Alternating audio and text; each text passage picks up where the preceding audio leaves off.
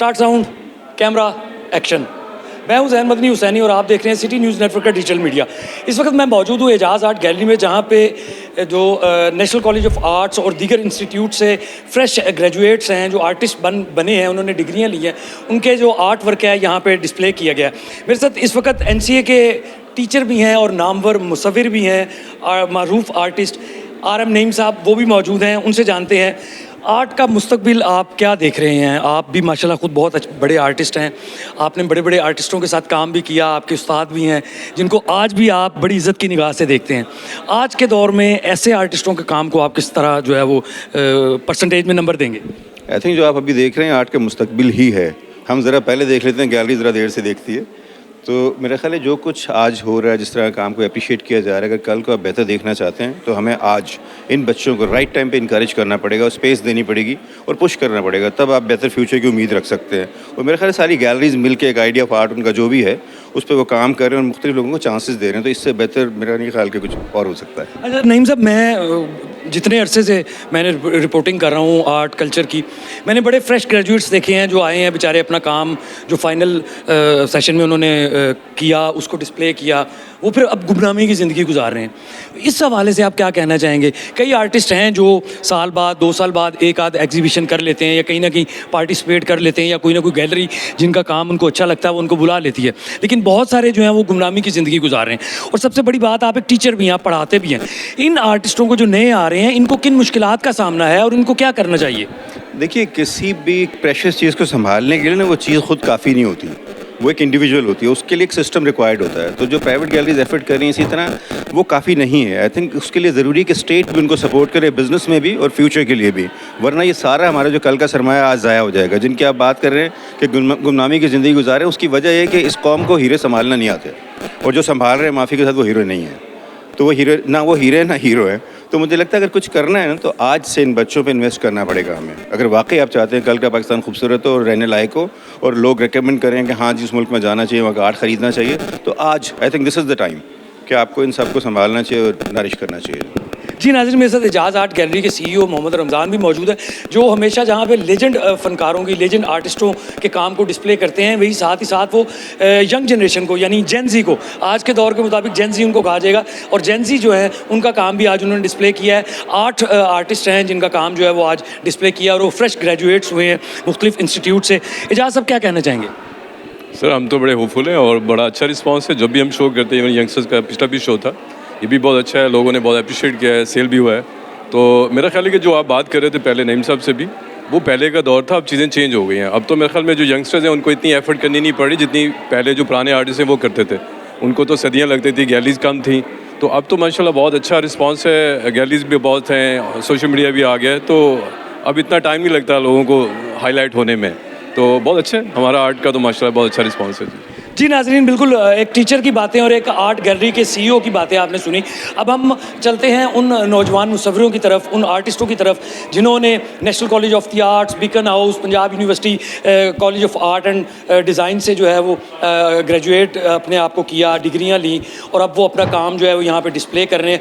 उनके पास चलते हैं और उनसे भी पूछते हैं कि उनको किन मसाइल का सामना है, वो किस तरह काम करते हैं, और वो डिग्री लेने के बाद आइंदा मुस्तकबिल में ये काम जारी रखेंगे या नहीं। आई थिंक बहुत अच्छा इनिशिएटिव है कि आप यंग इमर्जिंग आर्टिस्ट को एक अपॉर्चुनिटी मिलती है to share the same space जहाँ पे बहुत लेजेंडरी आर्टिस्ट का काम लग चुका हुआ है, and it gives you hope that your work can be recognised, और उसको प्लेटफॉर्म मिलेगा, एक व्यूअरशिप मिलेगी। अभी मैं करंटली BNU से अपना मास्टर्स ही कर रही हूँ ना, मैं अपनी प्रैक्टिस भी कंटिन्यू करूँगी साथ साथ। और लेकिन यही होता है, आप as an artist you don't know कि आपको किससे बात करनी है अपने काम के लिए, या कहाँ पे आपको काम दिखाना चाहिए। तो इट्स अ गुड थिंग कि गैलरी जो आपको खुद ही अप्रोच करती हैं, वैसे ओपन कॉल्स देती हैं व्हेन आप खुद अपना काम सबमिट कर सकते होते हैं। तो सबसे बड़ा चैलेंज यही होता है कि एज अ यंग आर्टिस्ट आपके कनेक्शंस नहीं होते इतने, you don't know the right person to talk to. So that's very important कि आपको पता आपने किससे बात करनी है, what kind of opportunity is good for you and what isn't. I think मुश्किल होता है because this is a full time thing. काफ़ी लोगों को लगता है कि full time job नहीं है, लेकिन है, उसमें आपके एक्सपेंसेस भी लगते हैं और आपको एक डेडिकेटेड चीज़ है। तो ऑब्वियसली लोग अपनी ज़िंदगी में मसरूफ़ हो जाते हैं, या उनको वही डिसअपॉइंट हो जाते हैं कि उनको इस तरह की अपॉर्चुनिटी नहीं मिल रही होती। तो इसलिए अक्सर आई फील लाइक लोग छोड़ देते हैं। बहुत अच्छा होता है ये, और एक यंग आर्टिस्ट के लिए बहुत इनकरेजिंग होता है कि आप वहाँ पे काम अपना डिस्प्ले करें जहाँ आपके उस्ताद का काम डिस्प्ले हो चुका है या बड़े बड़े आर्टिस्ट का डिस्प्ले हो चुका है।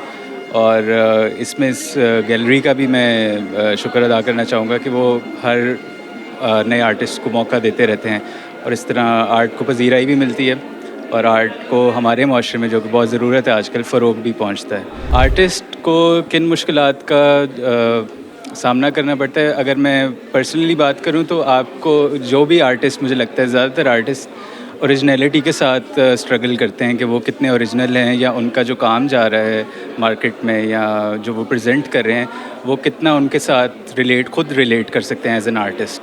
तो आई थिंक ये एक आर्टिस्ट की अपनी एक आर्टिस्टिक स्ट्रगल है, उसके बारे में मैं बात कर रहा हूँ। पहले तो I am very proud of my husband कि उनका काम यहाँ पर एग्जिबिट हुआ है, and I am very proud of him. बाकी जो काम यहाँ पर लगे हैं वो भी हर एक की अपना स्टाइल होता है, हर एक अपने तरीके से काम करता है। I think every work is beautiful. First of all एक बहुत बड़ा ऑनर है, और हम लोग कुछ बहुत ज़्यादा लकी हैं कि हम इस टाइम में पाकिस्तान के अंदर जब लोगों के पास थोड़ी सी इस तरह की फैसिलिटीज़ हैं कि वो इन चीज़ों के ऊपर अपना टाइम स्पेंड कर सकते हैं, थोड़ा सा वो लेजर से हट के से ज़्यादा एक ग्रेड है इन सारी चीज़ों को सेलिब्रेट करने का ना।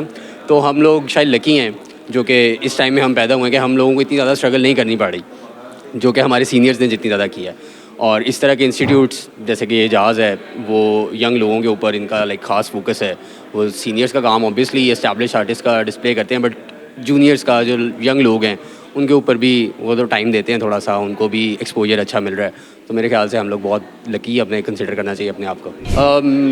मेन आइडिया मेरा एक इंडिया या सब कॉन्टिनेंट का मेल फिगर है जो कि वो पैदा होते साथ ही ना उसको एक स्क्रिप्ट दे दिया जाता है कि तुमने अपनी ज़िंदगी इस स्क्रिप्ट के थ्रू गुजारनी है। उसको वो मार्जिन नहीं दिया जाता कि वो सोच सके, वो अपने बारे में कुछ जान सके, कुछ थोड़ा सा टाइम अपने साथ वो स्पेंड करे। उसको ही ज़िंदगी के अंदर ये बिल्कुल भी मार्जिन नहीं है। तो वो किस तरह के क्राइसिस से गुजरता है, वो बैठा हुआ क्या सोचता है, मैं ज़्यादातर वही चीज़ें सोचता हूँ, वही चीज़ें ऑब्जर्व करता हूँ, और उन्हीं को फिर पेंट के थ्रू, सरफेस के थ्रू, टेक्सचर के थ्रू उन चीज़ों को अप्रोच करता हूँ, कुछ डिपिक्ट करने की कोशिश करता हूँ कि वो क्या सोचता है। कि एक पैराडॉक्स है मेरे लिए कि मैं खुद एक एब्सर्डिस्ट हूँ। मैं समझता हूँ कि ज़िंदगी हमें मिली है, इसका कोई मकसद नहीं है, हमें इसको एंजॉय करना चाहिए, इसे सेलिब्रेट करना चाहिए। आप इसे देख सकते हैं, ये ऑयल ऑन कैनवस है, ये दो पेंटिंग्स हैं, 3 वो हैं, और यू कैन सी एवरीथिंग आपके सामने। नहीं, होपफुली अब बेहतर होगा, अब रुझान बदल रहा है, द कल्चर इज़ चेंजिंग इधर आर्ट के लिए। आई थिंक बहुत जगह है इस कम्युनिटी में नए लोगों के लिए। मैं आपके सामने एग्जांपल हूँ, मेरे पीयर्स आपके सामने एग्जांपल हैं, वो प्रैक्टिस कर रहे हैं एक्टिवली। ऑब्वियसली फिर हर चीज़ में आपको स्ट्रगल देखनी पड़ती है और आप कोशिश करते रहें ऑब्वियसली। नौजवान ये क्यों हमारे कल के यही आर्टिस्ट हैं, और ये भी बड़ा अच्छा 8 लोगों का ग्रुप शो है, सभी का अपनी अपनी नौयत का काम है और बहुत ही ज़बरदस्त काम हमने उसको मिक्सअप किया।